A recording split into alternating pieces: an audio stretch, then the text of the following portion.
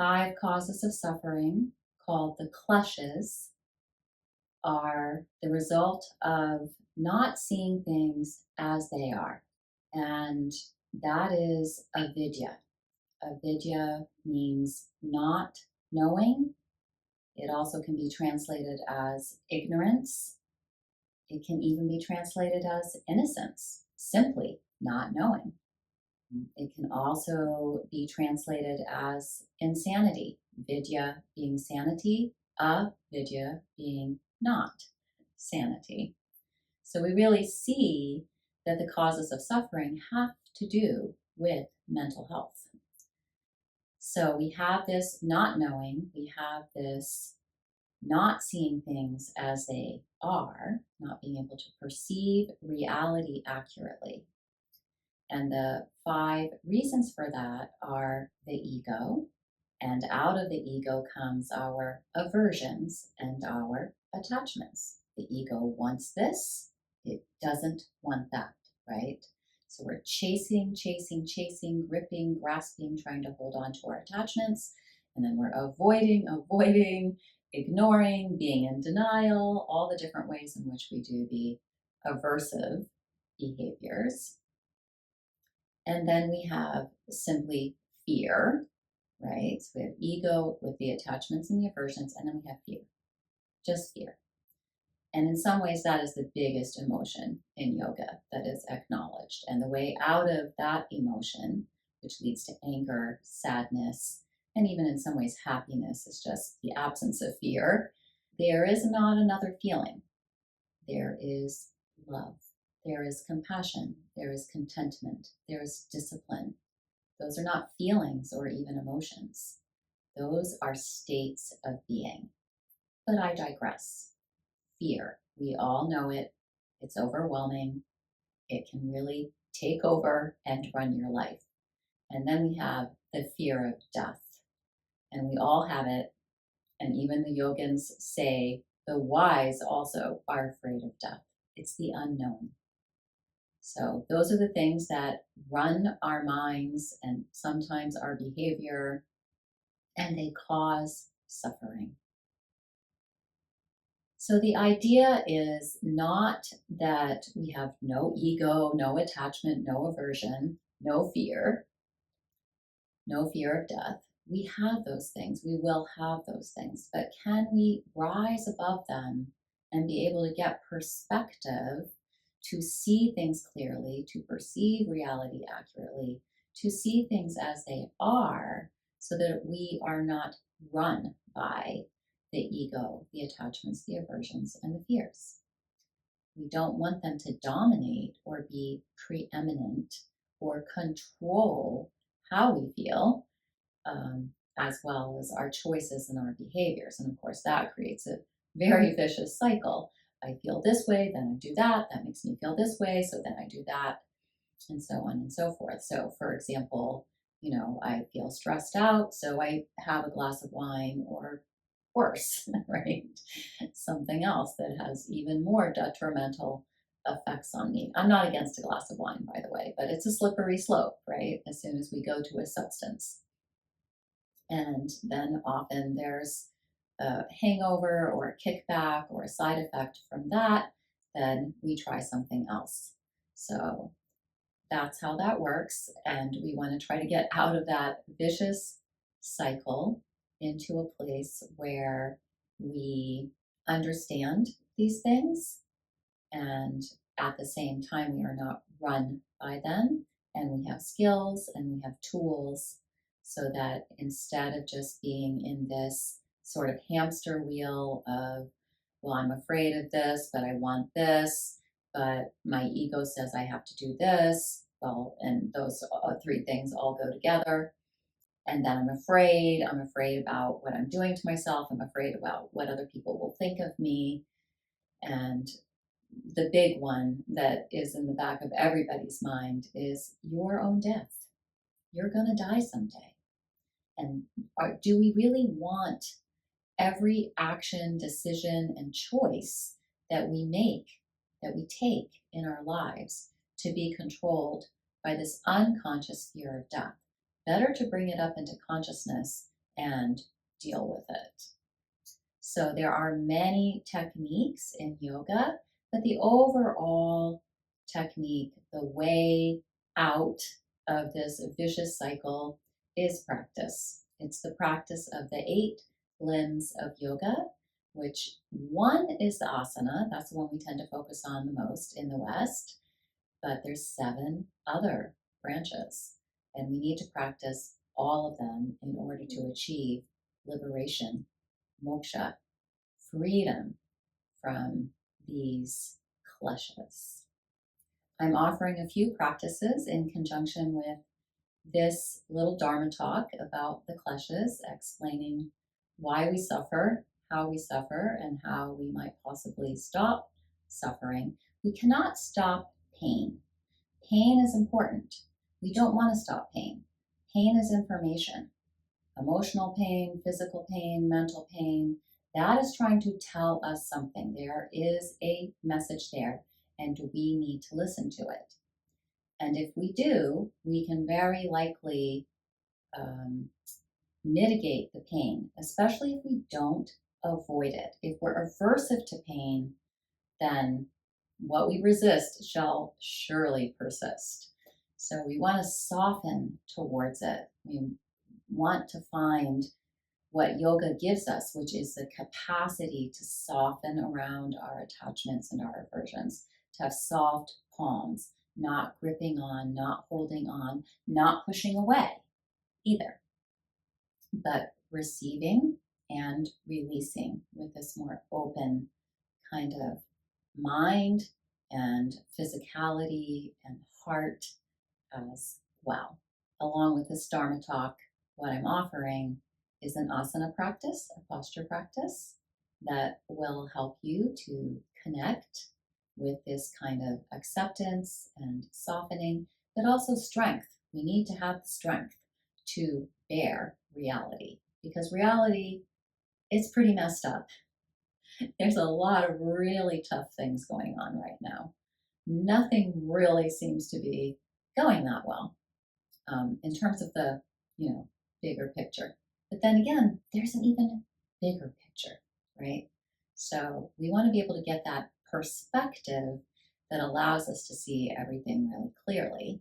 So the asana practice is designed to help you ground down into the earth, center into yourself, lift up into that bigger knowledge, the illumination, the wisdom, the ability to really see it all.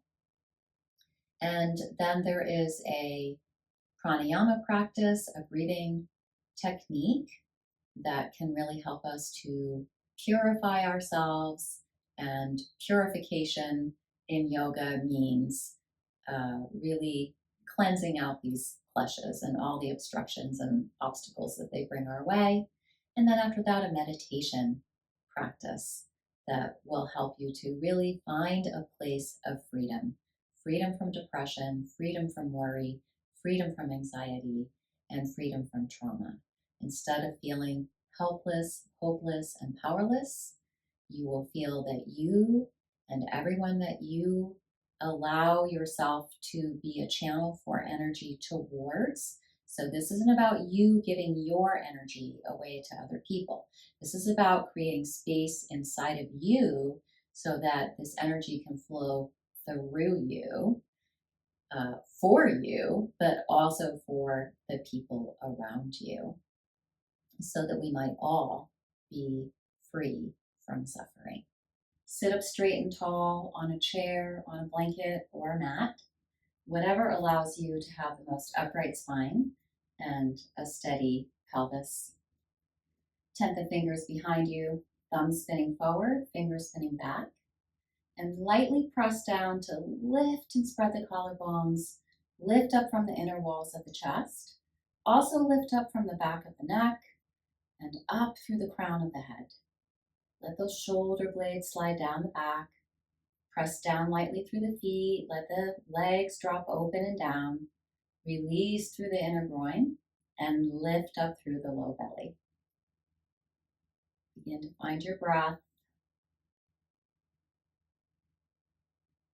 Receive the face. Soften it and draw it lightly back in towards the skull. Place the tip of the tongue at the top of the mouth, the roof of the mouth, behind the front teeth. Soften at the base of the tongue. So this allows us to pull the senses inward, begin to soften the ego that we hold in the jaw, pulling away from all of that external stimulation. Our senses are constantly being drawn outward, bombarded with stimulation, with information. I'm just going to give that a rest right now. We do need to pay attention to what's going on in the environment, but we also need to learn to regulate how and when or if we engage with that. So for now, just practicing pulling it all back in, softening the face,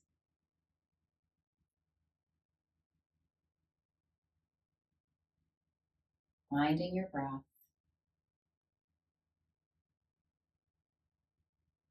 and then keeping that all in place, coming down into child's pose. So from tabletop position, big toes together, knees apart, send the hips back as far as you can, keeping the hips where they are.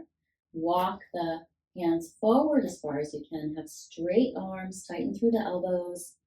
Rest your forehead on the mat, or bring the mat up to you with a block.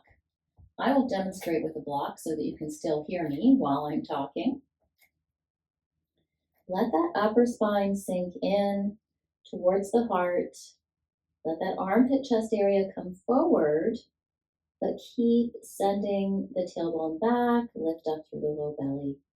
Press down through the fronts of the feet, the shins. Being in this posture of child's pose, balasana, innocent, surrendering, hands on the earth, receiving the reverberation of the earth up into your palms. At the same time, from your palms, let drop all of the ego, the attachments, the aversions, the fears. And let the earth give you love, compassion, courage, and strength. You can stay here, or if you like, you may have to move the blocks or position them in a different way. Let me show you how the blocks could be. Coming more onto the elbows, bringing the palms together. So actually you also could just bring the palms together. This may be your posture here. Or palms together, and again, you could put those elbows on blocks if that made that easier for you. Fingers to the sky, or maybe even taking the fingers back towards the nape of the neck. So here again, just really opening up through the upper arm, through the upper back, honoring not just the earth beneath us, but also the back of the heart and all the energies up in the sky above us. And then releasing the arms down again. Lift up a little, walk over, the hands walk over to the right. Keep the arms and the hands shoulder width apart. Keep drawing that left hip back towards the left heel. Draw that left side body in. Reach through the right finger. So don't steal space from the right side body as you open the left side body, and breathe into the left ribs.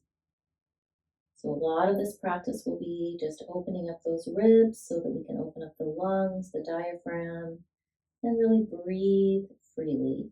The breath is our friend. It's our biggest support. Inhale, come up through center. Exhale, other side.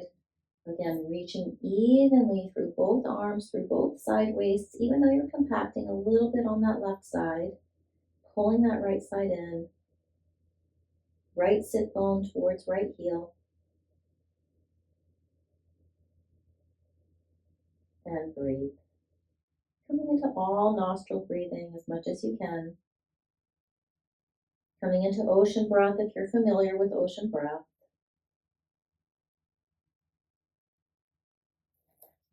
And then inhale, come back through center. Exhale, fully empty out the breath, be in that child's pose. And then inhale, find your way up to tabletop position. Shoulders over wrists, fingers spread wide, knees coming in just a bit so the hips are stacking right over the knees now.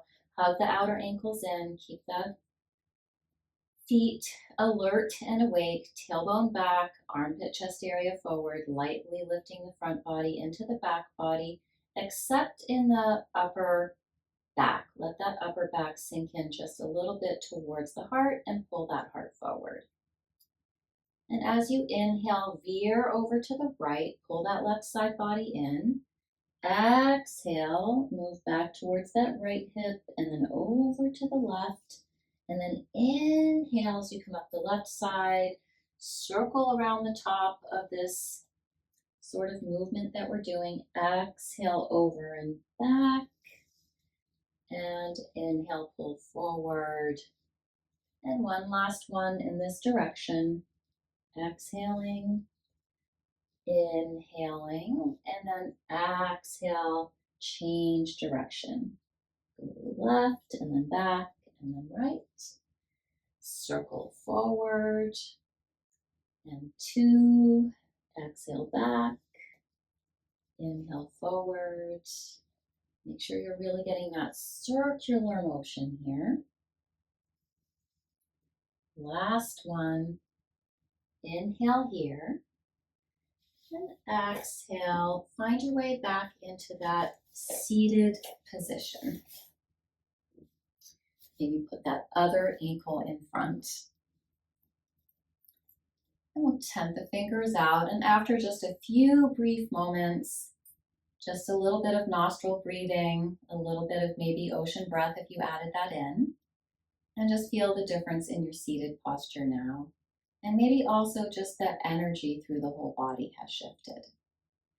Inhale, arms up to the sky. Interlace the fingers and press the palms to the sky.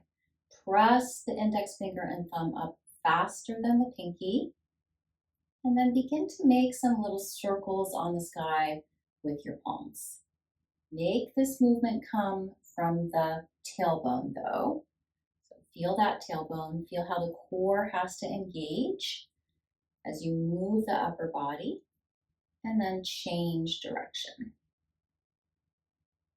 Again, finding that tailbone, finding that core, and feel how this opens the ribs, bringing a vertical lift up through the ribs. Beautiful. And then next time that you exhale, exhale over to the right, pull that right side body in, open and lift through the left chest, look up to the left. Breathing here. Make sure you don't lose space in the back of the neck. We're opening up that front body, but we don't want to steal energy from the back body. Back body supporting. Inhale through center. Exhale. It's a side stretch, but there's a slight twist here as well. So you lift up through that right chest, pull that left side body in, gaze upwards. Inhaling and exhaling.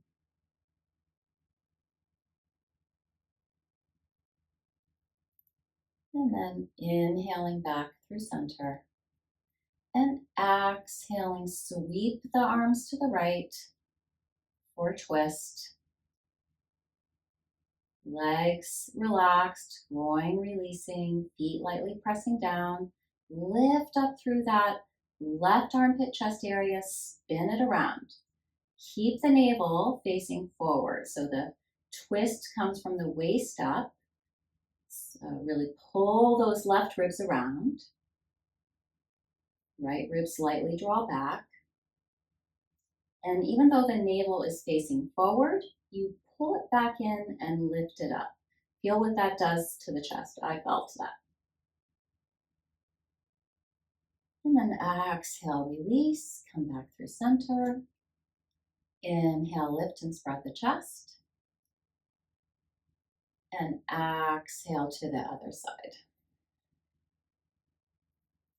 Again, face that navel forward, but pull it back and lift it up. Left ribs move back.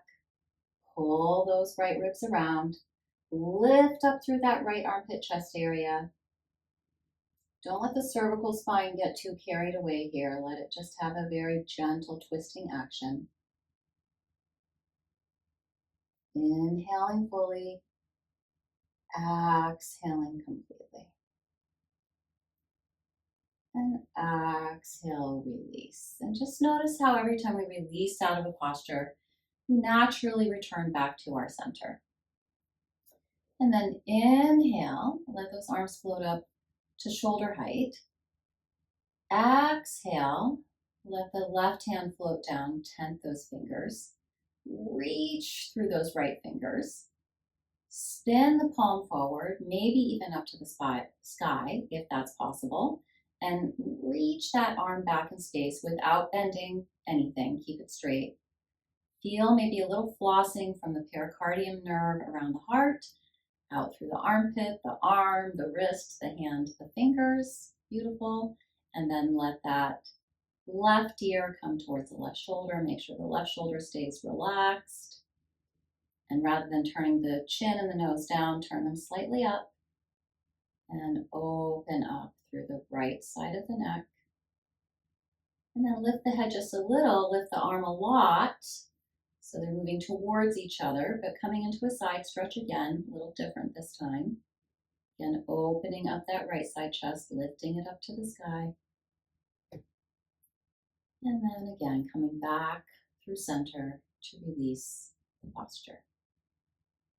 Left arm floats up, start with the palm down, just get that length, that reach. Then turn it forward.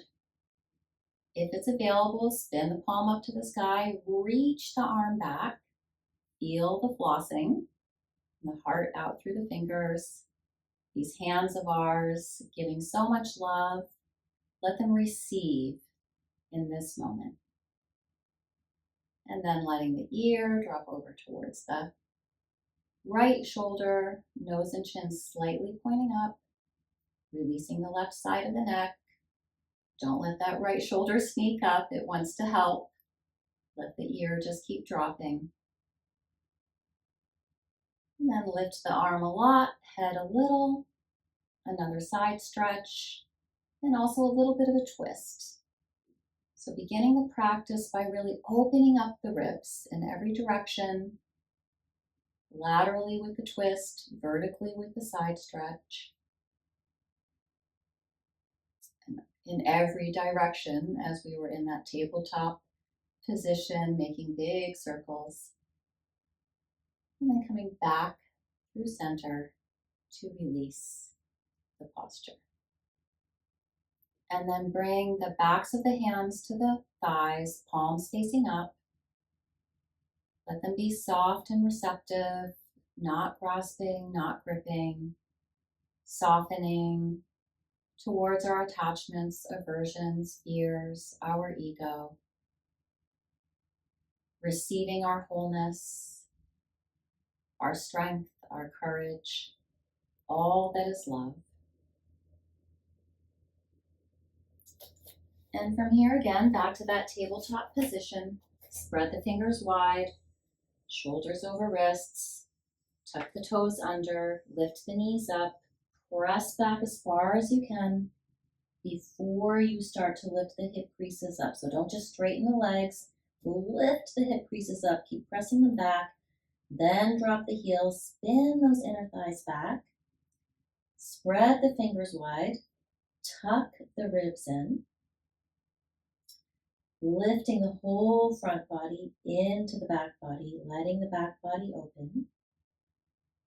And as you're ready, walking the feet towards the hands, all 10 toes facing straight ahead. Inhale, float up halfway. Maybe you stay right here. This is your Uttanasana, long through the side waist, lifting through the low belly, lifting up those kneecaps, lifting up those hip creases. Or maybe you fold in some amount. You can use the blocks, hands on the shins or hands on the mat. Keep the shoulders wide and breathe. Hug the outer ankles in, lift up through the inner ankles, spin the inner thighs back. And then from Uttanasana, rise up, legs strong, arms circle up to the sky, palms come together. And then thumbs to the third eye. May we see things as they are to the lips. May our speech be pure. May we practice satya, non-lying, expressing our truth without harming others. And then to the heart. May our actions be loving. Inhale here. Exhale, release those arms down without squeezing the shoulders together. Just lightly move the arms back. Reach down through those pinky fingers. Notice what happens to the shoulder blades. Go deep down through the legs, the feet towards the earth. Lift the low belly. Lift the heart. Lift up through the back of the neck. Lift up through the crown of the head. So we're reaching down in the earth so that we can lift farther up into the sky. Hands on the hips. And step that left foot back for warrior one. Inhale, arms up alongside the ears. Exhale, right knee slides forward, but strengthen that back leg. Lift up through the low belly, lifting up your truth. Feeling a sense here of illumination, reaching into the earth so you can lift to the sky. Virabhadrasana one. Exhale, release the arms down, interlace the fingers if you can, otherwise just reach back. Press the knuckles down and back, lift the heart, and without coming out of the lunge, stay deep in that right sit bone. You'll surrender. Knuckles to the sky or fingers towards the sky, any amount. Head drops down. Just letting go of the fear, the attachments, the aversions, the ego, softening that jaw. And always take the tip of the tongue to the roof of the mouth behind the teeth.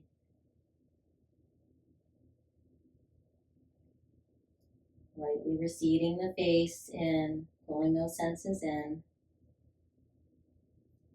And then exhale, hands come down. And inhale, rise back up, warrior one again. And this time, have more of a V shape with the arms and look up between the eyebrows. See if we can come out of our little dramas and come into a bigger picture, wider perspective. And then from there, bringing the palms to the center of the chest. And you might just come into this warrior three variation. Plenty of balancing going on here. Or you might bring the weight into the front leg. Don't straighten it yet. First, lift that back leg, engaging that left glute, left pinky toe down. Then straighten the front leg and lift that front body up. Don't lift the left hip up.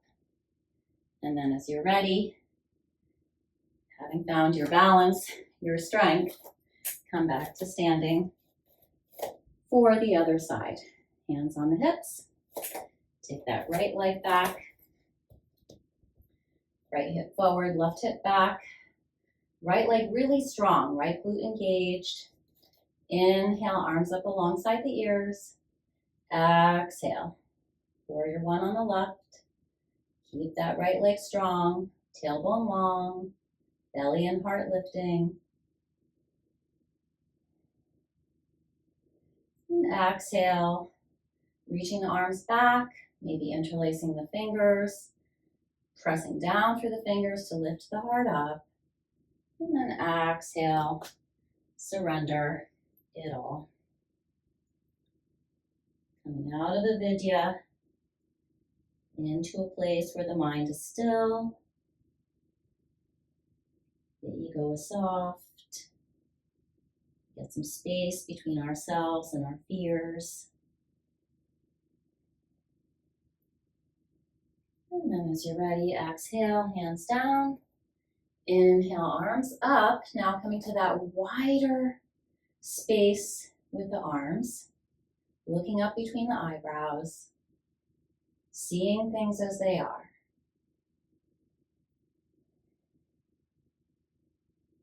And then bringing the hands to the center of the chest, palms together. You might just have warrior three like this. Or you might lift that back leg. Don't straighten the front leg until the back leg is lifted. Right pinky toe down. Lift that front body into the back body, but don't lift the right hip. Warrior three, strength and balance, courage and compassion. And then come back to standing and turn. Take a wide step. Turn that right leg out, so not just the foot, but the leg. Turn the back leg in, not just the foot, but the leg. Square off your hips, so really press that left hip back, right hip forward. Inhale, arms float up. Exhale, look out over your fingers. Reach back through your back fingers.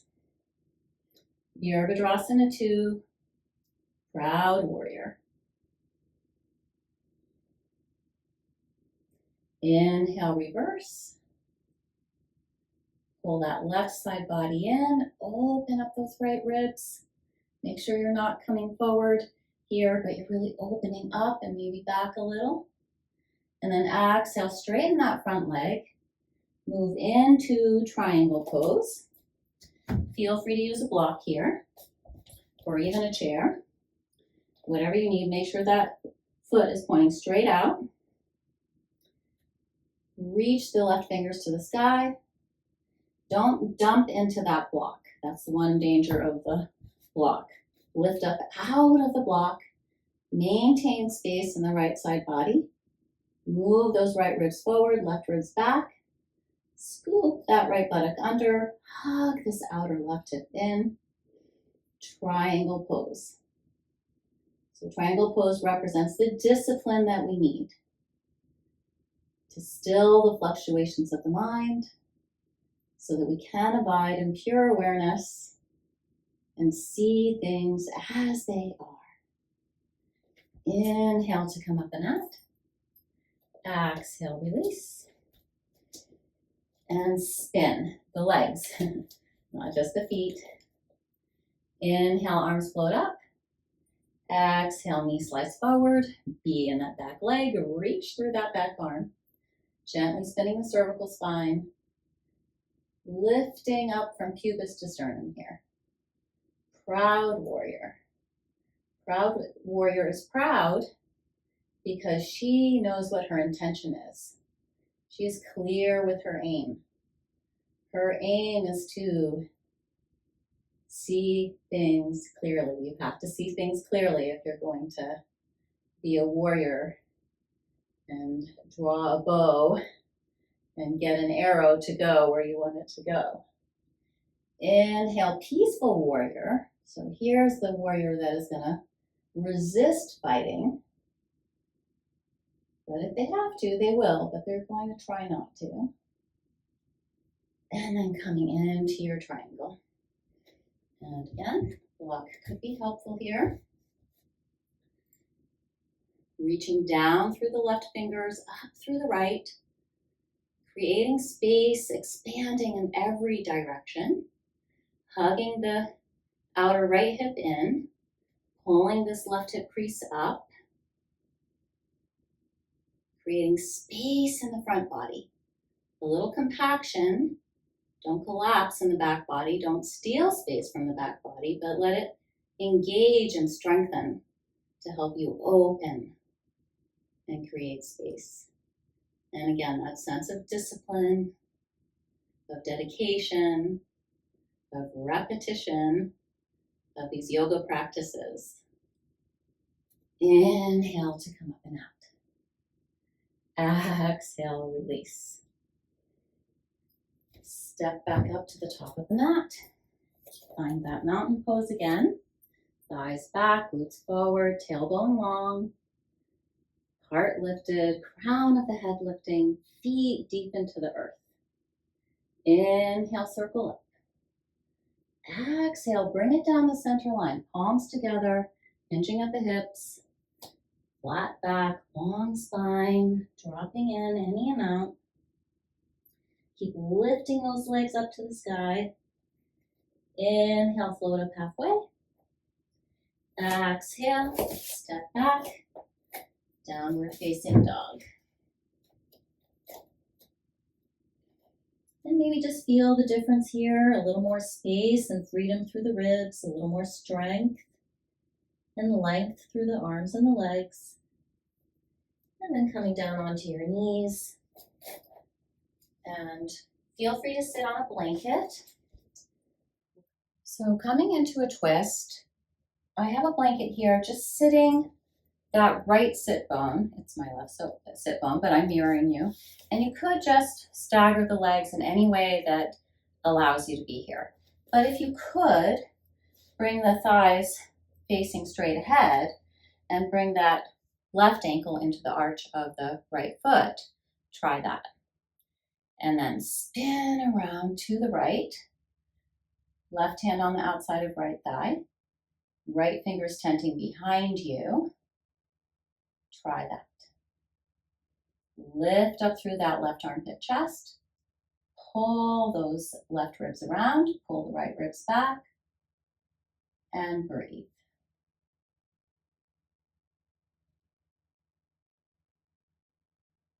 Lift up through the low belly. Bring the left upper back this way. Bring the left upper back away from the spine. Pull the right upper back a little in towards the spine, but then get underneath the shoulder blade and move that upper right chest away from you. So upper left back away from the spine, upper right chest away from the heart. Notice what that does for you. And if you could go deeper, feel free to take this right foot up into the left groin. Only do that if both knees are totally comfortable and can be on the earth. There's no competition here. We're releasing the ego. We're not attached. We're not aversive. So only do this if it feels really good. But if it does, go ahead, spin around. You might be able to even get I have to lean forward a little to do that, but that's okay because then I can come back into alignment and grab the toe with the hand and then spin around. And then from here, turn the neck, make sure you don't come out of the twist at all, and look back towards that other foot. Keep lifting up through the low belly. And when you're ready, again, notice when you release, you naturally come back to your center. And then the other side, always good to take a little Dandasana, stretch those legs out, do it actively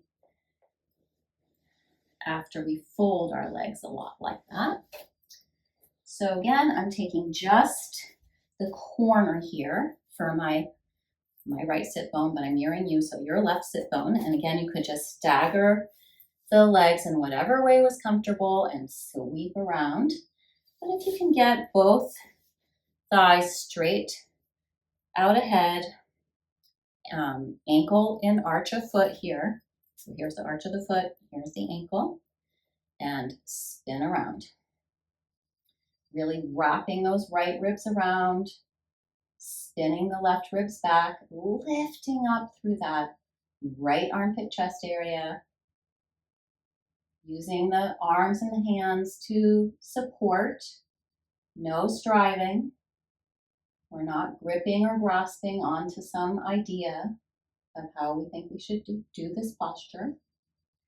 And again, if you're able to get the foot into the groin, both knees comfortably resting on the earth, and swing around, grabbing that foot. Only do that if you can come back into alignment from there. Lift up through that right armpit chest area. And again, we're wrapping those ribs around. And then without coming out of the twist, can you turn and look at that other foot? This is a beautiful pose for understanding asymmetry, how to be balanced in asymmetry, how to be in a bind and relax and let go. No attachments, no aversions, no fear. And exhale, release. Again, noticing how we come back to center when we release. And from here again, always feel free to sit on a blanket, especially if you start to slouch. Sitting on a blanket can lift you up. And we'll come into Janu Sirsasana. Both legs straight, Dandasana, feet together, toes towards you. Press the backs of the legs down. Lift up through the front body, spread the chest, lengthen through the back of the neck. And then peace fingers on either side of the left knee. Pull it towards you, let it drop out. Rather than yanking the foot towards you, again, that grasping, gripping, no. Slip and slide towards the foot. Bring the pubis towards the foot. Keep that right leg long and strong. Press it down. Press the outer edge of the left leg down. Inhale, arm up alongside your ear. Another little twist. So good for our ribs, our breath, the diaphragm, the lungs. And then lift up. So you get that vertical extension through both ribs. And then see if you can keep all of that together. Pull the toes towards you. Pull the heart towards the toes. Don't round the spine. Don't try to go down. It's a forward fold. So pull the heart forward. Keep the chest wide. Lengthen the back of the neck. And then go from there. Go slow. Let go of all will and ambition. Press back and down through that outer left hip. Keep pressing the whole back of the right leg down. Lift up through the low belly. And then just see what happens. Discover and uncover your strength, your courage, your compassion, your love, your wholeness. Inhale to come up and out. Exhale, Dandasana. Inhale here. Exhale, peace fingers on either side of the right knee. Pull that right heel towards you. Let it drop out. Scooch in towards the foot. Inhale, right arm up alongside the right ear. Exhale, little twist. And then start to come forward. Take that right hand on the inside of the left leg. Toes towards you, heart towards the toes. Chin in, back of the neck long, low belly lifting. Take that outer right hip back.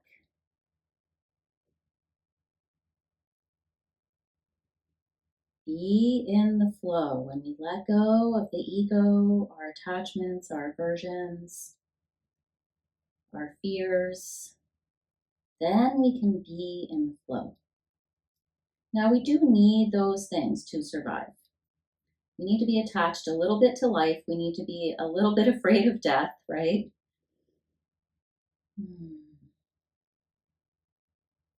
But we don't want them to dominate or be preeminent. They're there. We pay attention to them. We manage them. We are aiming for the ability to see reality clearly and not let those clashes prevent us from seeing things as they are. Inhale to come up and out. And exhale, straighten those legs out again. Dandasana. And from here, lie down, get as comfortable as you want, and spend at least 10 full breaths or 10 whole minutes in Shavasana. Final relaxation. Letting that back body open towards the earth. Allowing all of our ignorance, our ego, and all the attachments and aversions of the ego, the fears of the ego, letting that all drop down. Let the jaw soften, the root of the tongue go soft. Keep those senses drawing inward, exploring that inner terrain. And then see how that flow happens. There's a reverberation back up into the front body. Allowing that front body to be buoyant, receptive, soft. Soften the palms. Soften our gripping and grasping.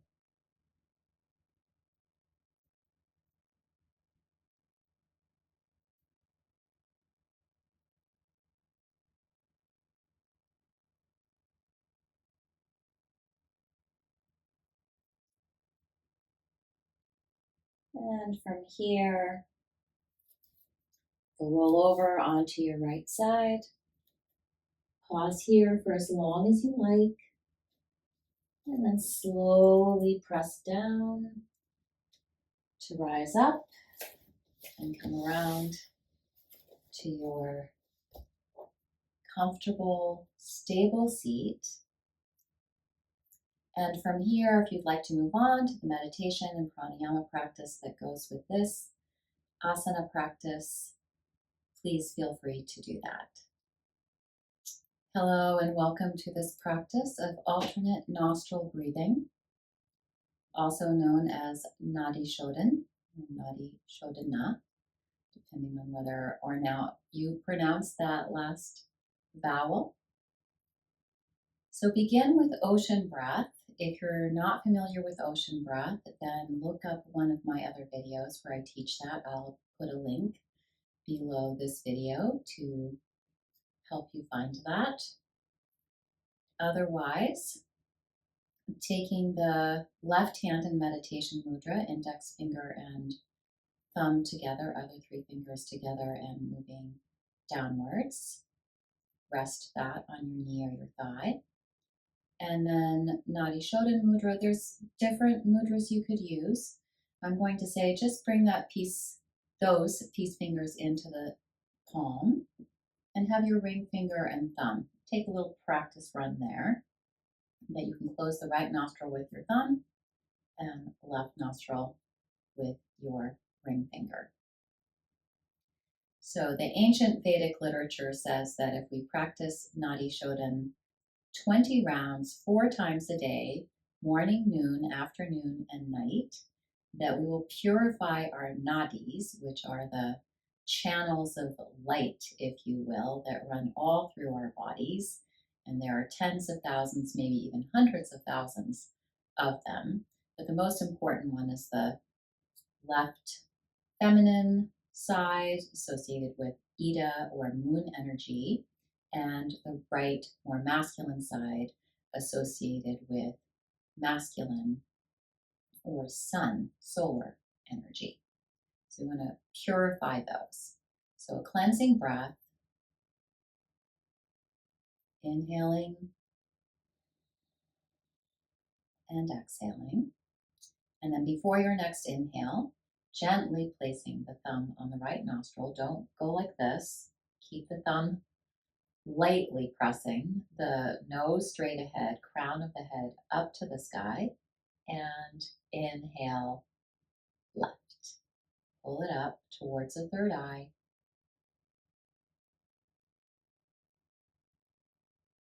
Using your ocean breath, pulling the breath from the base of the throat. And then there's a moment where you close both nostrils, and you can pause there, especially as you progress, and then open the right and exhale right, taking care not to disturb the imaginary feather beneath your right nostril. And also rest at the bottom of the exhale. Again, you can make that longer as you progress in your practice. Inhale right.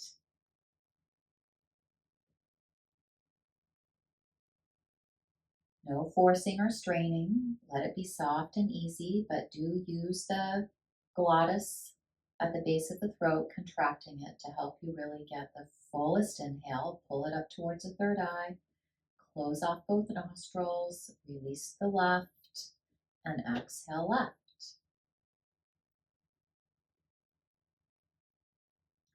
Pause at the bottom of the exhalation for as long as it's comfortable.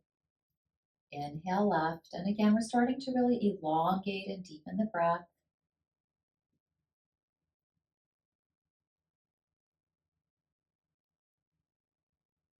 Close it. Pause. Open up the right. Release the exhalation.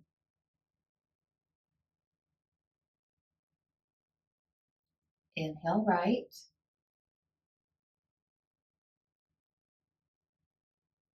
Pause at the top. Release. Exhale left. Soft, easy breath. Resting at the bottom of the exhalation.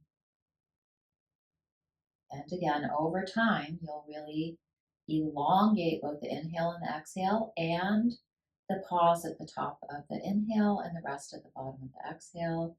Inhale left.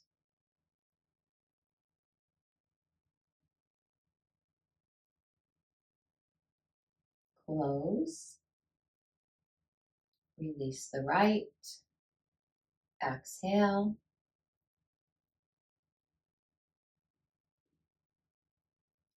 Rest. Inhale.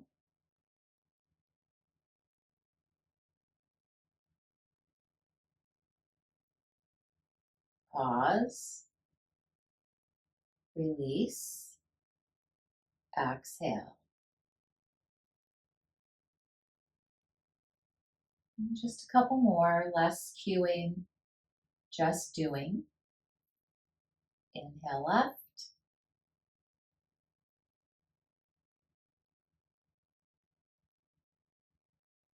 Pause. Exhale right. Rest. Inhale right.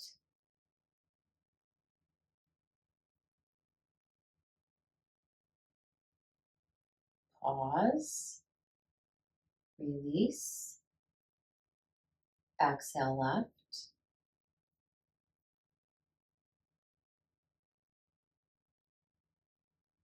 Rest. Inhale left. So as we inhale through the left, we're really nourishing that Ida energy, that feminine energy.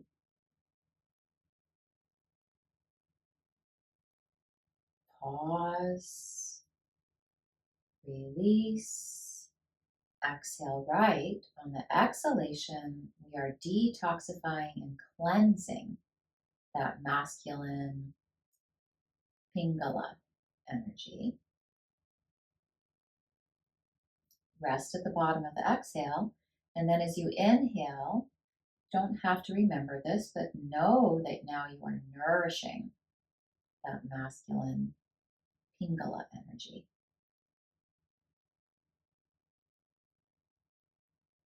Pause. Release the left. Exhale. Now cleansing and detoxifying the feminine Ida energy. resting at the bottom of the exhalation.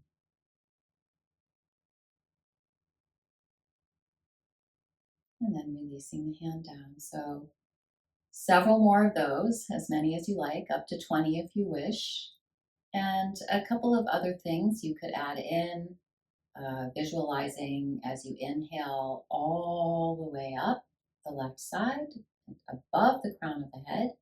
Exhale all the way down the right side, below the right sit bone. And then inhale all the way up the right. And then exhale all the way down the left. And make sure you're using your ocean breath to pull the breath in, release the breath out, and enjoy cleansing and purifying your nadis.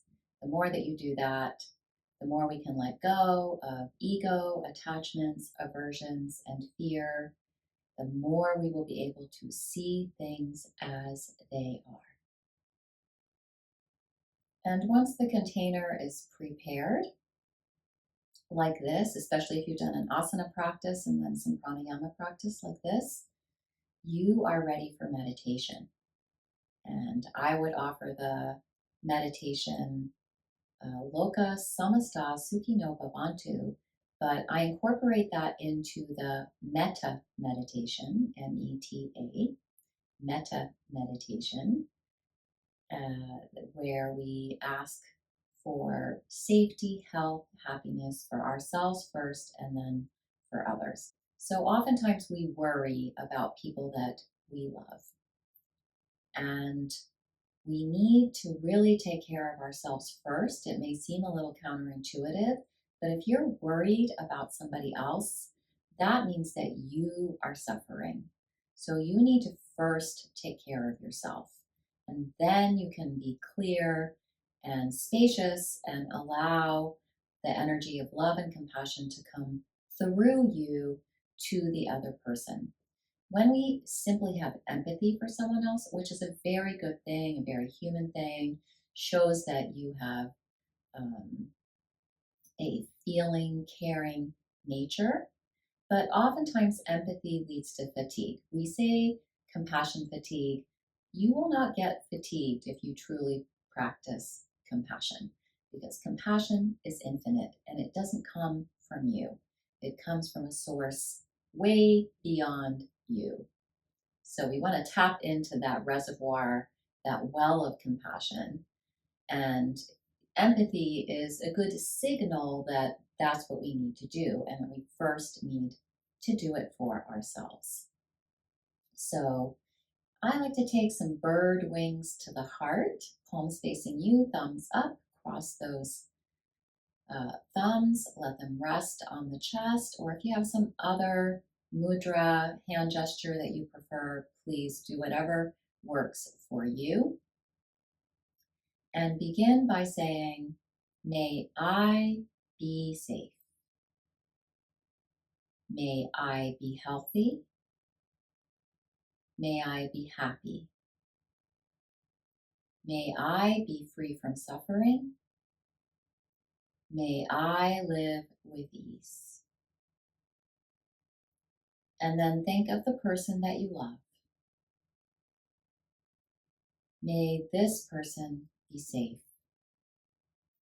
May this person be healthy. May this person be happy. May this person be free from suffering. May this person live with ease. And then think of someone neutral, a neighbor, a coworker, someone you may not even know the name of, a postal worker, a cashier at a store. May this person be safe. May this person be healthy. May this person be happy.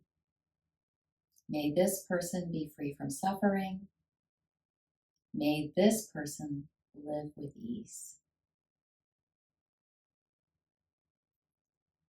And then think of someone difficult, someone who's hurt you or someone you love. Maybe that's why you're worried about the person that you love, because of this person. This one can be hard, but it is the most freeing. This is what brings us to moksha, liberation. May this person be safe. May this person be healthy. May this person be happy. May this person be free from suffering. May this person live with ease.